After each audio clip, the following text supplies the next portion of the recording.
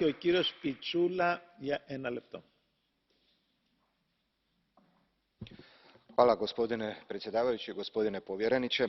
Potpuno podržavam inicijative Odbora za predstavke. Kapital i tržišta su se globalizirali zadnjih 30-ak godina, veoma snažno.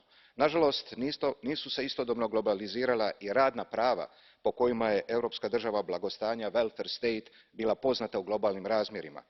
Negativne posljedice globalizacije dovele su do pojave prekarijata koji je na putu da zamijeni proletarijat čak i u nekim razvijenim dijelovima svijeta.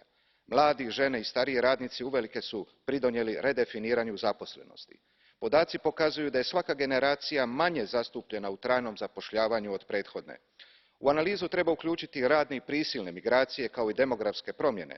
Na primjer, moja domovina, Republika Hrvatska, je jedna od zemalja s najvišim postotkom stanovništva starijim od 60 godina, a čak 25% radnika radi u prekarnim uvjetima. Ovo je vrijeme rasprava o budućnosti Europske unije. One moraju ponuditi odgovore na ovaj ozbiljan problem, jer se vremenom pokazalo da je europsko integriranje jednostrano. Previše se inzistiralo na tržištu i monetarnoj integraciji, a uvelike zanemarile socijalne i politike zapošljavanja. Hvala.